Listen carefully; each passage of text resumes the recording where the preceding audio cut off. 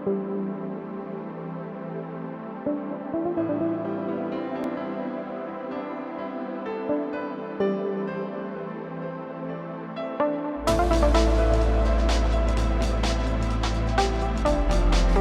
guests, welcome to Trending Echoes. My name is Serhat Suhat Çubukçuoğlu. I'm a senior fellow at Trends Research and Advisory in Strategic Studies Department. We have a very special guest today with us, Professor Dr. Hüseyin Bağcı, President of Foreign Policy Institute in Ankara, Turkey. Professor Bağcı is also a Professor of International Affairs at Middle East Technical University in Ankara. Welcome, Professor Bağcı. Thank you very much. Thank you for joining us. It's a pleasure to have you with us in here and for your time to share with us some of your thoughts and your vast experience on regional issues, the most pressing ones, especially nowadays when we see geopolitical shifts. I would like to tap into your expertise in this field and please enlighten us and our audience on a number of issues that we're going to discuss, mainly around regional constellation of powers, but also the economic relations. Let me start with our first question. The global economy's center of gravity is shifting, as you know, as the historic dominance of the West, so-called, Europe and America declines, while Asian powers rise in relative terms. And there's this much debated topic of a multi-centered world, even multipolarity. We see that with increasing emphasis on minilaterals, such as the BRICS, Shanghai Cooperation Organization, Right. or the Organization of Turkic States. That brings some anxieties about divergences between the so-called global North and the global South. How can, in your view, regional powers, middle powers like Turkey, UAE, or Saudi Arabia navigate this complex world? How can they preserve their strategic autonomy while maintaining their interests among competing powers? First, thank you very much. First of all, it's very good to be here. And I will comment, starting like this. First of all, the world is in the flames. The world is burning. Mm-hmm. And the discussions about the global world order, is also there to be challenged, to be discussed. We are entering into a very interesting era in the international politics. When the Chinese says if they want to curse somebody, they say you should live in interesting times. And now exactly we live in very interesting times. In 1996, American President Bill Clinton was talking about the Pacific Century. He said that the world economic gravity will shift to the east. And then similarly, we had in those years an article by Kishore Mahbubani from the Singapore National University, who was representative of Singapore in the United Nations. He wrote an article first and then a book with the title, Can Asians Think? So this is the beginning that in the world, the economy is shifting once again, like in the 18th and 19th century, to Asia. Mm-hmm. The Chinese have been the biggest economy in the 18th century in the world. Now they are back again to become one of the biggest economy in the world. Not yet so far, but the Chinese are already there. So we are also moving to a more multipolar world structure, relating also to this global North and global South. Actually, global South means the non-aligned countries during the Cold War years. And the difference is there is no ideology anymore, socialism versus capitalism. There is free age of ideologies in political terms. It is much more in economic terms when we talk about the globalization or global connectivity. We talk about the development of certain countries, as you mentioned rightly, Turkey, Saudi Arabia, United Arab Emirates. For Turkey, we call a modified middle power. It is not a nuclear power, but is getting more and more important in international politics because the geopolitical and geoeconomic developments. And these two words, geopolitics, geoeconomics, dominate actually the international relations in the last 15 to 20 years with the globalization. And I think globalization is a process which at the moment slowing down, but we experienced that the entire world economy is getting more and more interconnected with each other, and nobody is free of any negative developments in the regional and global developments concerning the security discussion. Security comes first at the moment, and this is very important to remind again, as Paul Kennedy in his book Rise and Fall of Great Powers tells, there is an interaction between economy and security and vice versa. So it means if there's no secure environment, you cannot make business. So, and I think at the moment, we need more cooperation. Institutions like you mentioned, BRICS or Shanghai Economic Cooperation. There are emerging institutions in economic terms somehow to balance United States of America and the European Union. And we know that the European Union is also a typical supranational organization. We talk even about the Brussels effect. Yes. That Brussels has certain standards in economic terms, in political terms, but the world is not anymore giving a lot of importance to values. The political values are not anymore so dominating the way of political thinking as it was in the 80s, 90s, starting from the human rights to many other issues. So we see the weakening of certain institutions like the United Nations, and the countries, of course, trying now to get much more economic safety and political safety, so they come much more together and establish new institutions. How these institutions will shape the regional and global economy is an open question. We don't know how much they become alternative to existing international economic order.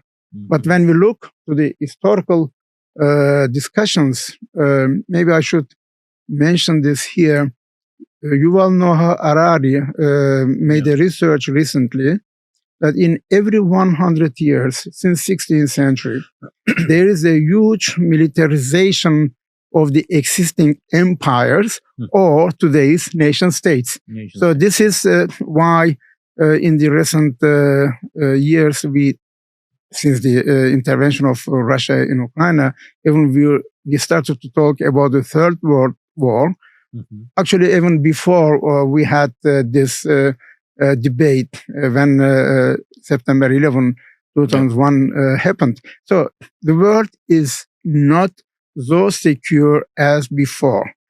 The chaotic way of thinking is also there, but we need clarification. So this is why the countries will try now to get much more cooperation among themselves.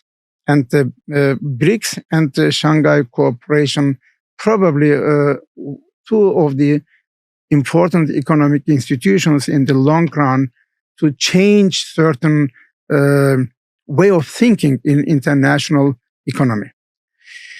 Thank you, Professor. And you touched upon some very interesting topics here, naming such as empowerment and change in hand of power from between different nations, countries, but also the normative power of these liberal institutions and their decline of maybe we can call so because of the fragmentation and to what some people call deglobalization.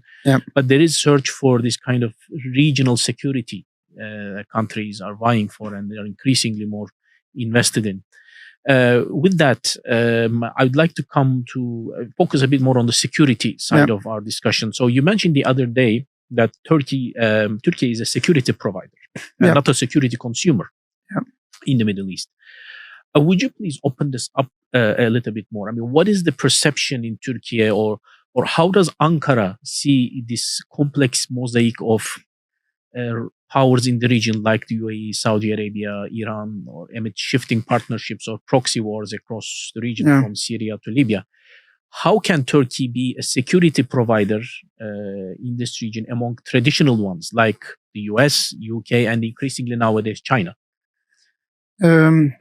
First of all, the geopolitical shift is very important in regional and in the global context. Mm-hmm. According to a RAND research result, Turkey is having a position very near to 16 regional conflicts. Okay. So, starting from Russian-Ukrainian war to Armenian, Azerbaijan, and name it, Iran, Syria, and Middle East. My position was that Turkey is a security provider because so far Turkey is not involved in any war, but sending troops to Kosovo, to Somalia, to Azerbaijan, Lebanon, name it. That Turkey is among the countries which provides for the regional and global security by sending troops to keep the situation calm, including the Afghan conflict, Taliban, and etc. So I think the Middle East is just one part of Turkish security environment. Europe, the European security is Turkish security. Turkish security is the European security. And Turkey's balancing policy is very important here between Russia and Europe. It is classical balance of power politics of the 19th century, if you want. And first time for Turkey, maybe it is much better to be not a member of the European Union because Turkey does not apply sanctions. But Turkey is a member of NATO. Yeah. And this NATO membership, of course, is another reason why Turkey is a security provider, because Turkey is acting together with NATO in several parts, whether it's in the Balkans or in somewhere else. And if NATO is expanding now also with Sweden, the grand strategy of NATO is, of course, to stop the Russian enlargement. And Russia is not happy with this. This is another issue. But NATO is not anymore only a regional organization. NATO wants to get, if you want, some certain branches, like a bank in Asia, South Korea, Japan, the future possible countries to be discussed. And also, as European Parliament President von der Leyen stated recently, that Ukraine should become also a member of NATO. Whether it will be is another open question. But if European Union is talking about Georgia, Moldova, and Ukraine as future members of the European Union, this European strategic autonomy discussions, which is connected also to transatlantic security, will become more important. And Turkey is there. Turkey is in the Balkans, in Black Sea, in Caucasia, Central Asia, and of course in the Middle East. What Turkey can do in the Middle East is important under the light of the recent developments, not only, of course, Mediterranean and the Middle East, but also North Africa, Africa altogether. So that Turkey is so far considered as security provider, not security consumer, because Turkey's contributions so far, whether even it is in Syrian case, that Turkey is there to protect the cross-border terrorism. Cross-border terrorism is also a global phenomenon, and Turkey suffers under this since 1984, and of course had to pay very high price in human as well as in economic terms. But that Turkey is so far, again, having an army which is not an army of theory or in, let's say, laboratory. It is a practicing army. It is in Caucasia, it is in Africa, name it, in Syria, so operating. So this is something which makes Turkey resilient in this respect. And you mentioned Iran. Iran is one of the important neighbors of Turkey. The thing is, the Turkish-Iranian border did not change since 1639. Yes. So since Kasr-Shirin Treaty. But the thing is, here, Turkey became not anymore a bridge, which we used, this analogy we used always for Turkey, but Turkey became like a dam concerning the migration. Yes. It is something that the people come and filter there, whether they go to Greece or to other European countries. The Turkish borders in recent years have been one of the most important critical borders concerning the mass migration from all over the world. So I think how long Turkey will be security provider is again an open question. But in the last 3 decades, Turkey served as a security provider.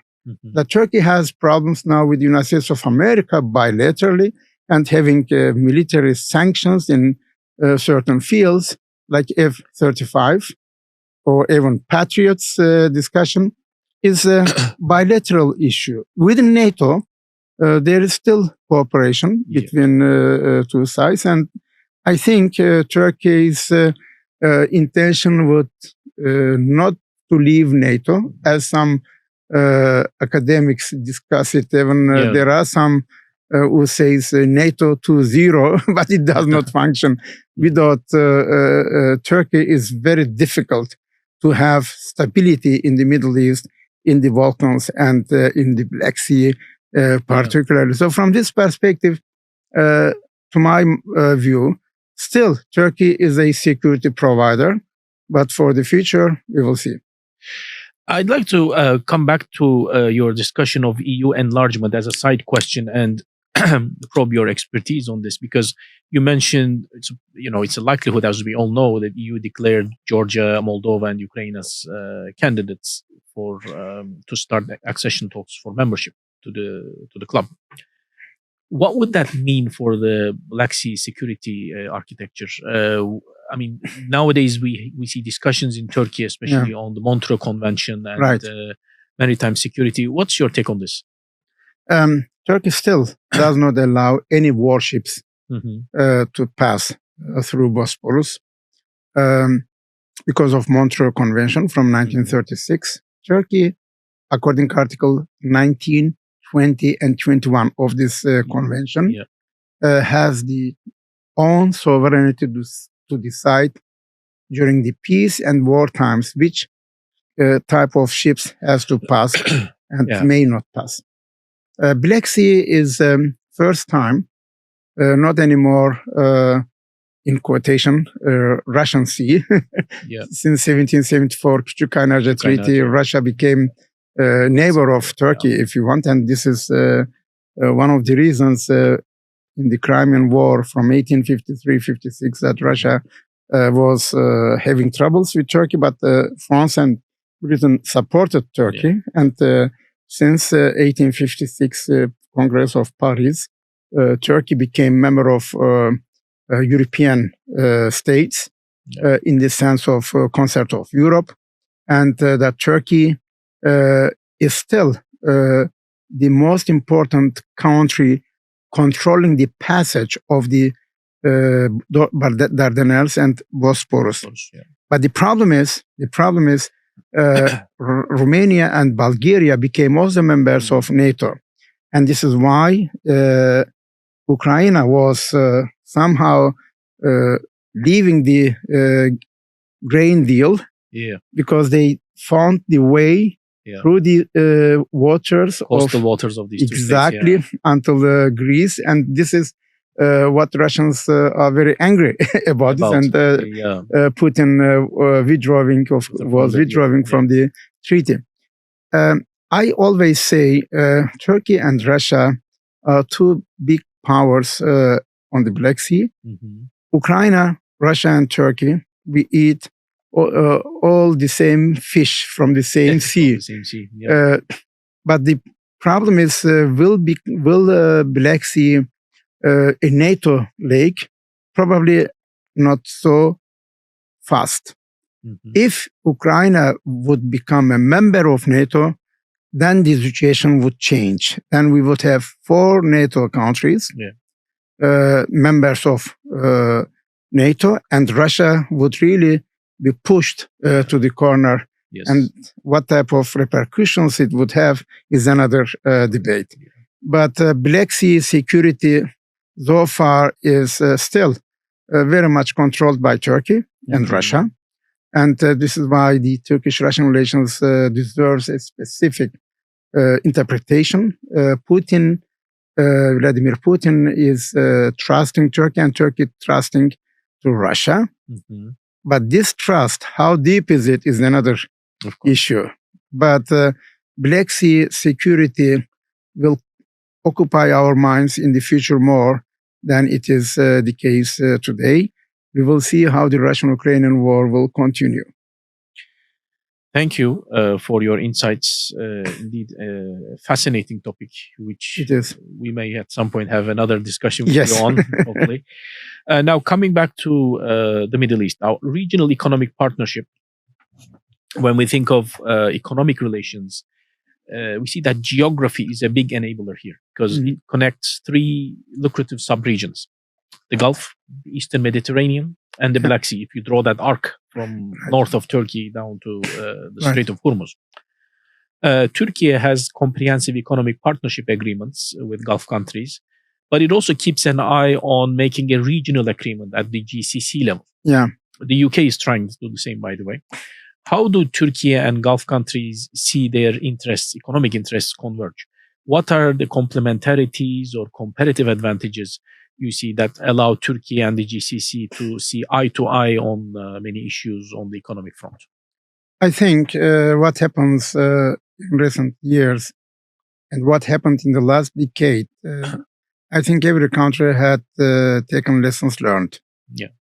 And for Turkey, so far, Gulf countries will continue to be not only as a foreign investors in the country, but at the same time, for Turkish economic relations beyond even the Gulf countries in this region, that Turkey considers herself as up in economic terms. And I think this type of economic projects, which will probably shape the entire economic structure in the long run here in this region, that Turkey so far seems to have great interest to be part of it. This is why the shift of Turkish foreign policy in recent years to the Gulf countries particularly is an indication that there is a reinterpretation of Turkish interest and trying to find convergences with these countries in the Gulf. We may not forget, of course, that Turkish economy is still resilient despite all the difficulties that Turkey has. Turkey is too weak to fail. Let me put it like this. But Turkey is at the same time an economic asset also for the Gulf countries. When we look to the investments in recent years, in the last 3 years particularly, there is a tendency getting more and more increasing. I think Gulf countries in this respect play now an important role, and this will become further a process if Turkey manages this process, that it will help much more for the Turkish investments as well as Turkish economic developments, because Turkey is also opening the gate to Europe, to Black Sea, to Central Asia. And I think Gulf countries' economic interest, not only to have bilateral relations, but also institutional ones, would further bring a new, I would say, approach, a new decade for the next 10 years, if we talk until 2035. It is much more important America Russia, China as the global powerhouses, and then the potential regional powers like Turkey and Iran. We may not underestimate also the Iran's role in economic terms. But for Turkey, Iran will always remain as a competitor, as a rival. Sure. So from this perspective, I think the big projects have to be realized, but we have to be also very realistic that there are certain issues that we have to be very careful and to tackle down this possible potential conflicts. So this is why it's a very delicate situation now. On the one hand, economic developments. On the other hand, the security challenges. It will be not easy, of course, for many countries that they will face this type of problems. But cooperation is better than confrontation. Of course, and that makes me think about the global governance structure, Professor, because it's interesting you mentioned how these regional powers are vying for more influence and claiming more space or exerting their influence on global affairs increasingly more. The UAE had just handed over his role as the UN Security Council non-permanent member. Right. Turkey was once. And which makes me think, are we heading towards, or are we maybe already in a structure whereby there is this top layer of great powers, great power rivalry between the two superpowers, US and China, versus a multi-layered order where underneath we have, let's say, the G20 countries, including Turkey and Saudi Arabia, for instance. Right. Followed by the G77 countries of the global south. Yeah. Would this be a viable way to sort of explain the structure we'll be heading on, or what's your the general mainstream discussion is that the existing international organizations are not able to solve the problems of the world. Yeah, this is maybe in India this year that the African Union countries accepted into G20. Yeah, like European Union. Yes. I think, to my mind, the future will be, of course, somehow controlled by big powers. Mm-hmm. So this is why between China and America, any military confrontation would have huge repercussions. But as the former president of Singapore used to say, if two elephants make a fight, the grass is suffering. Suffers, yeah. So this is maybe, again, a new era in the global world order discussions. Mm-hmm. We still have 1945 global order discussions. In 1990, George Bush was talking about the new world order after the dissolution of Warsaw Pact countries. Mm-hmm. That we had in the 90s, again, the emergence of Europe and America as the big economic powers. Mm-hmm. China came later.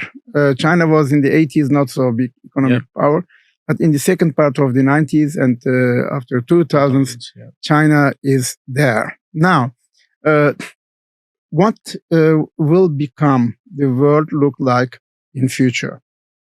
Are we heading to a more secure world or more insecure world? This is the general discussion now. It all depends on which side you stand.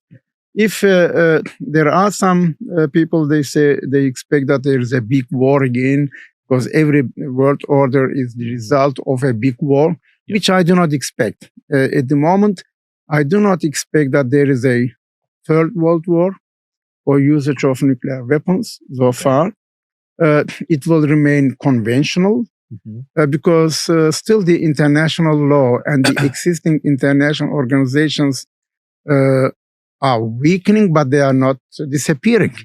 No. So this is, again, bringing me to the conclusion that certain countries will try to prevent their privileged situation, like permanent five, of course.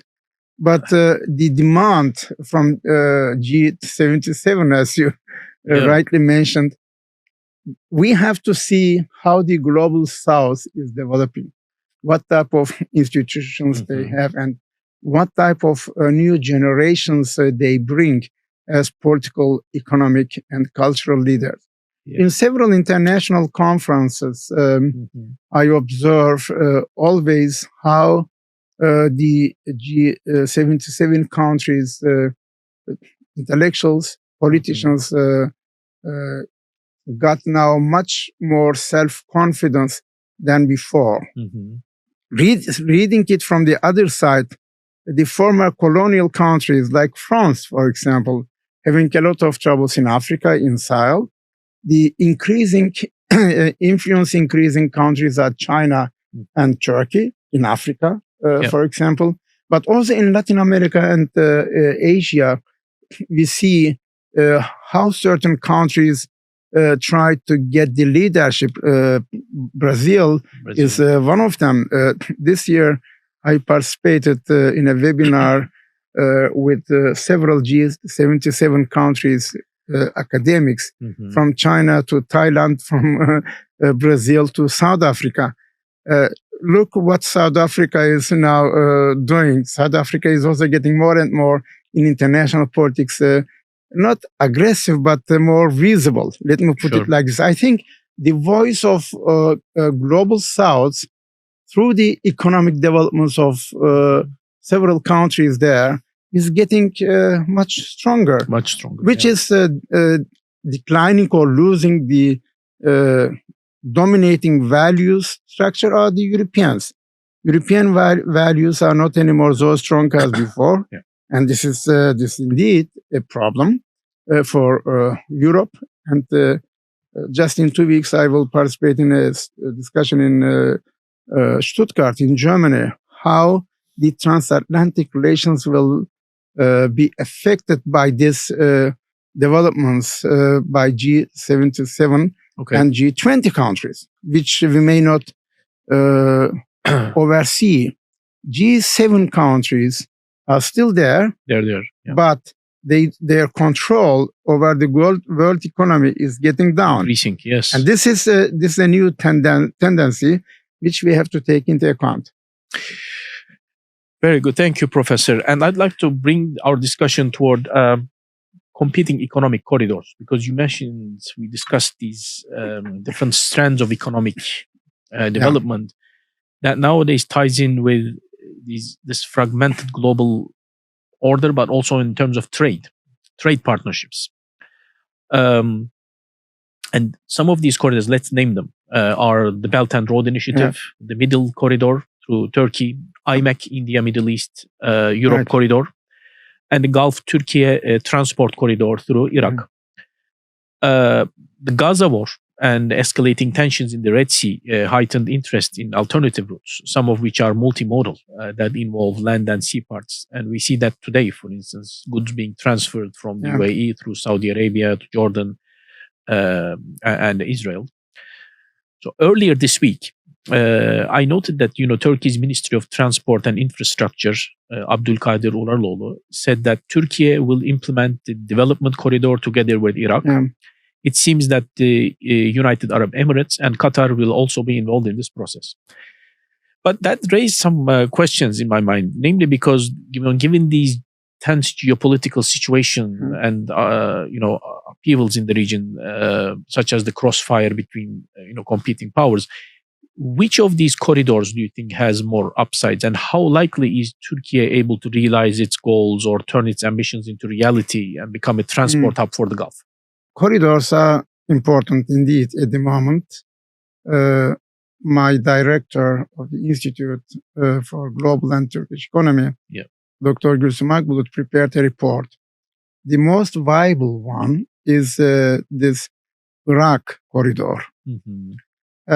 Belt and Road is very important.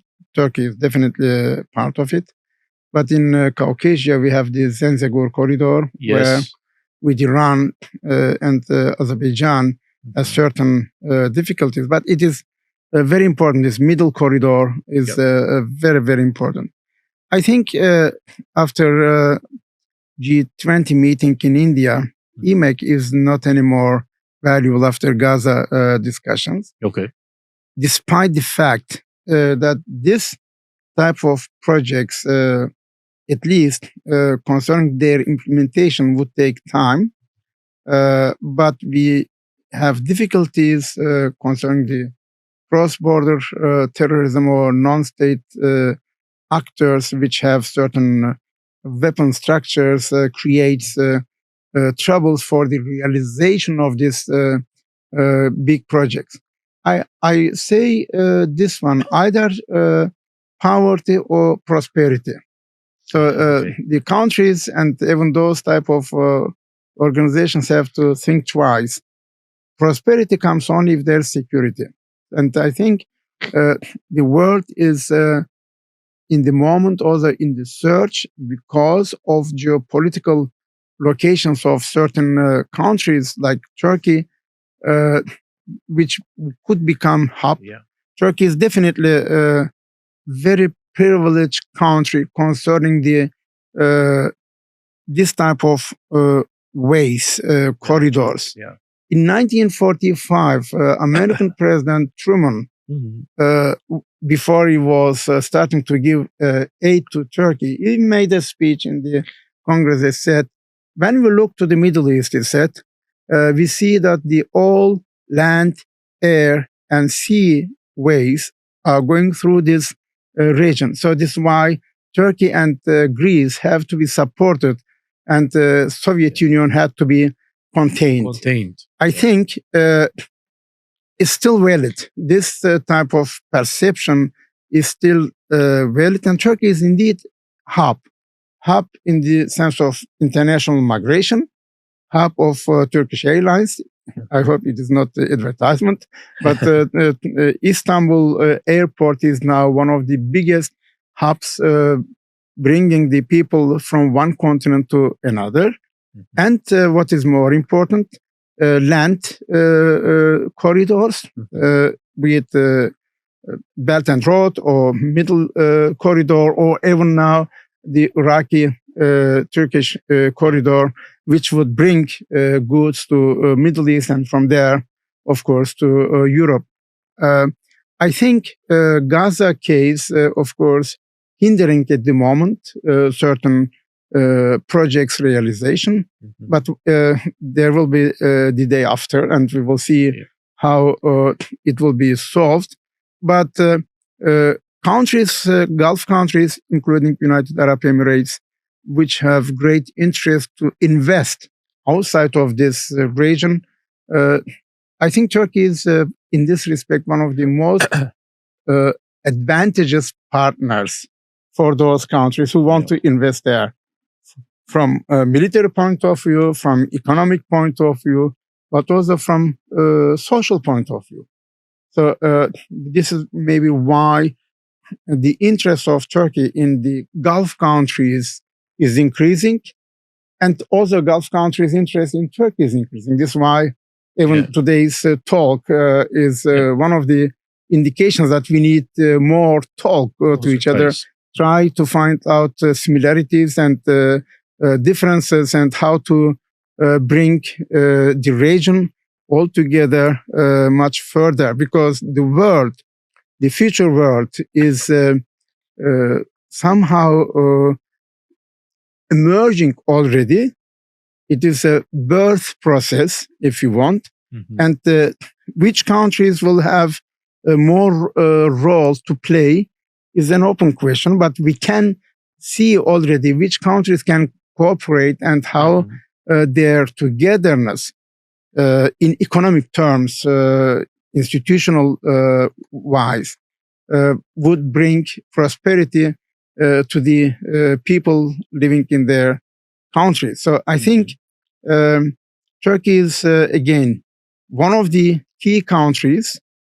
Doesn't matter whether you take south, east, west.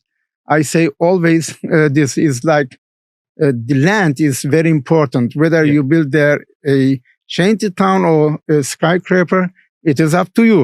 Yeah. But the land, the geographic location is very important. And whether geography is the fate, as Ibn Khaldun used to say, or as Robert Kaplan says, the revenge of geography, it doesn't change the reality that the geopolitical, geoeconomic structure is getting more important in future. Some countries are in better position, some others not. But when we look to the future, the rise of Asia probably will continue. Mm-hmm. Decline of the West because of these political difficulties. Look, even the European Union could not further enlarge into the Balkans. Yeah. There are a lot of difficulties. We have to follow Russia. Russia remains, at least for Turkey, one of the key countries in economic terminology, I would say. And also, we may not forget, Russia invested $22 billion in nuclear plant in Mersin-Akkuyu. Yes. So I think Turkey will continue to be a binding factor between Mediterranean, Europe, and Russia. Yes. I think this is, again, depending on Turkey's capability and ability, how to play this role to become a security provider, not in military terms, but in economic terms too. Yeah, and I hope Middle East will come into that picture as well, with the connections somehow, through land or over air. I think there is a political will, at least in my visit in the last 5 days to Abu Dhabi and to Dubai, and my talks with the think tanks here. I think we have to, of course, develop certain scenarios and try to create more understanding and find out the ways how we can also inform rightly our societies, but also make suggestions not only to regional countries, but to the entire world. Whatever it is, the future is coming, and we have to be prepared to meet the challenges, but also to make use of the opportunities. And that comes with what we say, the compartmentalization of foreign policy. Is that right, Professor? I mean, this is something that's been increasingly more spoken of, more articulated in among Turkish, at least from what I see on Turkish media. Mm-hmm. Is compartmentalization now the currency of the day? I mean, is it more sort of transactional partnerships that countries are more bent toward, rather than more permanent diplomatic alliance making with the longer term vision? Yeah, transactional definition is right. Mm-hmm. But this is the time where we live in. Mm-hmm. I mean, this is zeitgeist, the spirit of time, because the value-based foreign policy does not function anymore, at least as the German Chancellor said, Zeitenwende. We have changing times, so every country is now looking for a change of its position. There are not many countries which does not change. So the question is how to meet the changes. Yeah. The change is not only positive always, it can be also negative. But for Turkish foreign policy so far, I can see that Turkey made many mistakes in the past decades, but got lessons learned. Yes. And now is getting more pragmatic and transactional, as you say. But also the global developments and regional developments help Turkey to play this role, not only to be a regional player, but also as a global player. This is why I indicate always in my assessments that Turkey is a global player.